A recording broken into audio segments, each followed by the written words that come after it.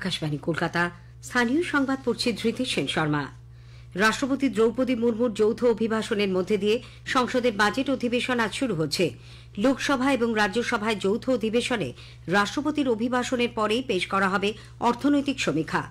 আগামীকাল 1 ফেব্রুয়ারি অর্থমন্ত্রী নির্মলা সীতারামন 2025-26 আর্থিক বছরের বাজেট পেশ করবেন।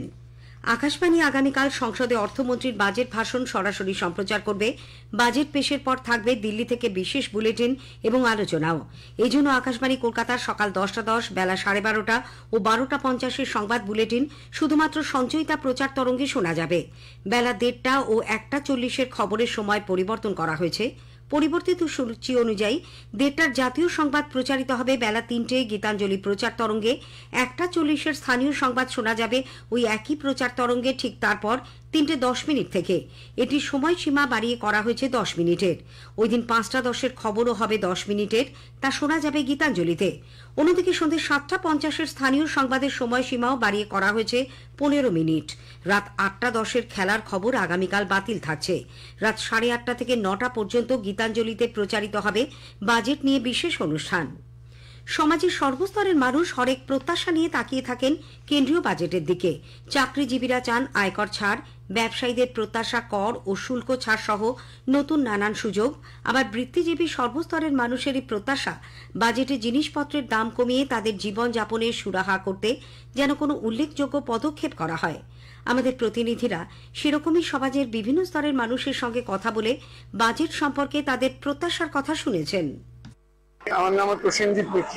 কেন্দ্রীয় যে বাজেটটা হচ্ছে তাতে আমার মনে হয় যে সাধারণ মানুষের জন্য কেন্দ্রের ভাবা উচিত। আমরা ঘুম থেকে উঠে থেকে রাত্রিরে শোয়া অবধি প্রত্যেকটা জিনিস যা আমরা কিনি প্রত্যেকটার ওপর জিএসটি চাপ, এবং ডবল করে কোনো সময় হিসেব করলে দেখা যাবে যে ডবল করে জিএসটি দিতে হচ্ছে আমাদের। ফলে আমাদের সাধারণ মানুষের পক্ষে এগুলো মেনটেন করা আমার মনে হয় খুব চাপের ব্যাপার হয়ে যাচ্ছে। কেন্দ্রে এগুলো ভাবা উচিত।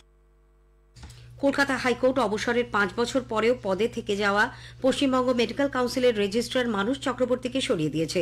প্রধান বিচারপতি টি.এস. শিবগানম গতকাল এই নিয়ে শুনানির সময় 24 ঘণ্টার মধ্যে রেজিস্ট্রারকে তার পদ ছাড়তে বলেন। আজ বিকেল 5টার মধ্যে মানুষবাবু পদত্যাগ না করলে তাকে অপসারণ করা হবে বলেও আদালত স্পষ্ট জানিয়েছে। রাজ্য সরকারের অনুমোদন ছাড়া কিভাবে তিনি এত বছর এই পদে থেকে গেলেন সেই প্রশ্নও তুলেছে আদালত। উল্লেখ্য, 2019 সালের 1 নভেম্বর মানুষবাবুর কার্যকালের মেয়াদ শেষ হয়, কিন্তু তারপরেও তিনি পদত্যাগ করেননি বলে অভিযোগ। দক্ষিণ 24 পরগনার বারুইপুর জেলে বন্দী মৃত্যু নিয়ে নতুন করে তদন্তের নির্দেশ দিয়েছে কলকাতা হাইকোর্টের প্রধান বিচারপতির বেঞ্চ। শুনানিতে পুলিশ ও সিআইডির দেওয়া রিপোর্টও খারিজ করে দিয়েছে আদালত। বছর 2 আগে বারুইপুর জেলের 7 দিনে 4 বন্দীর মৃত্যু হয়। সিআইডি তদন্তের পর একাধিক রিপোর্ট জমা পড়ে। গতকাল মামলার শুনানি চলাকালীন তদন্তে বিভিন্ন অসঙ্গতি নিয়ে আদালতের একাধিক প্রশ্নের মুখে পড়তে হয় সিআইডি এবং পুলিশকে। প্রধান বিচারপতির বেঞ্চ সিআইডি ডিআইজিকে একজন নিরপেক্ষ অফিসারকে দিয়ে নতুন করে তদন্ত করিয়ে 6 সপ্তাহের মধ্যে রিপোর্ট দিতে নির্দেশ দিয়েছেন। বর্ধমান মেডিকেল কলেজ হাসপাতালে যাবজ্জীবন সাজাপ্রাপ্ত এক বন্দীর মৃত্যু হয়েছে। মৃত কানাই দাসের বাড়ি উত্তর 24 পরগনার নিমতা থানার নবনগর চালকলাতলা হাসপাতাল রোডে। গত 11 জানুয়ারি তাকে বর্ধমান মেডিকেল কলেজ হাসপাতালে ভর্তি করা হয়। সেখানেই বুধবার রাতে তিনি মারা যান। ঘটনায় একটি অস্বাভাবিক মৃত্যুর মামলা রুজু করে তদন্তে নেমেছে বর্ধমান থানা। বিচার বিভাগীয় তদন্তের নির্দেশ দিয়েছেন বর্ধমানের মুখ্য বিচার বিভাগীয় ম্যাজিস্ট্রেট চন্দা হাসমাত। কলকাতার ইএম বাইপাসে গতরাতে এক তরুণীর ওপর হামলার ঘটনায় পুলিশ 3 জনকে গ্রেপ্তার করেছে। এদের মধ্যে একজন নাবালক ও একজন মহিলা। রাফিয়া সাকিল নামে বছর 24-এর গুরুতর আহত ওই তরুণীর মৃত্যু হয়েছে নীলরতন সরকার হাসপাতালে। পুলিশ জানিয়েছে তরুণী গতরাতে বাইপাস ধাবার পাশে একটি চায়ের দোকানে এক ব্যক্তির সঙ্গে চা খাচ্ছিলেন। সেই সময় এক মহিলা ও নাবালককে দেখে তিনি গাড়িতে লুকোনোর চেষ্টা করেন, কিন্তু তারা তাকে গাড়ি থেকে টেনে বের করে ছুরিকাঘাত করে। রাফিয়ার সঙ্গী পালিয়ে যায়। তার সঙ্গে মেয়েটির অবৈধ সম্পর্ক ছিল বলে পুলিশের প্রাথমিক অনুমান। ধৃত মহিলা ওই ব্যক্তির স্ত্রী ও নাবালক তার ছেলে। এদের আজ আদালতে তোলা হবে। উত্তরপ্রদেশের প্রয়াগরাজের মহাকুম্ভে পদপিষ্ট হওয়ার ঘটনার পর এ রাজ্যের আরো একজনের মৃত্যুর খবর পাওয়া গেছে।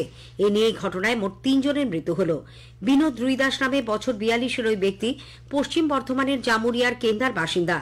এর আগে এই ঘটনায় মৃত্যু হয় কলকাতার গল্ফগ্রিনের অশ্বিনী নগরের বাসিন্দা ষাটোর্ধ্ব বাসন্তী পোদ্দার এবং পশ্চিম মেদিনীপুরের শালবনির গোদাপিয়াশালের বাসিন্দা 75 বছরের উর্মিলা ভূঁইয়ার। রাজ্যের আরও কয়েকজন কুম্ভ মেলায় পুণ্য স্নানে গিয়ে এখনও নিখোঁজ। পুরুলিয়ার নিতুরিয়ায় আরও একটি নকল মদ তৈরির কারখানার হদিশ পেয়েছে পুলিশ। ঝনকা ফাটকের অদূরে গোপালপুর গ্রাম সংলগ্ন আমবাগান এলাকায় একটি পরিত্যক্ত কারখানায় এই নকল বিদেশি মদ তৈরির কারবার চলছিল। বুধবার বিকেলে সেখানে তল্লাশি চালিয়ে 8 জনকে গ্রেপ্তার করা হয়। ধৃতদের গতকাল রঘুনাথপুর আদালতে তোলা হলে 4 জনকে জেল হেফাজত ও 4 জনকে পুলিশ হেফাজতে পাঠানো হয়। উল্লেখ্য, এর আগে মঙ্গলবার সরবারি পাঞ্চেত সড়কে একটি পেট্রোল পাম্পের পাশে হানা দিয়ে পুলিশ ও আবগারি দপ্তরের আধিকারিকরা ৭৫,০০০ নকল বিদেশি মদের বোতল ও মদ তৈরির সরঞ্জাম বাজেয়াপ্ত করে। স্থানীয় সংবাদ শেষ হলো।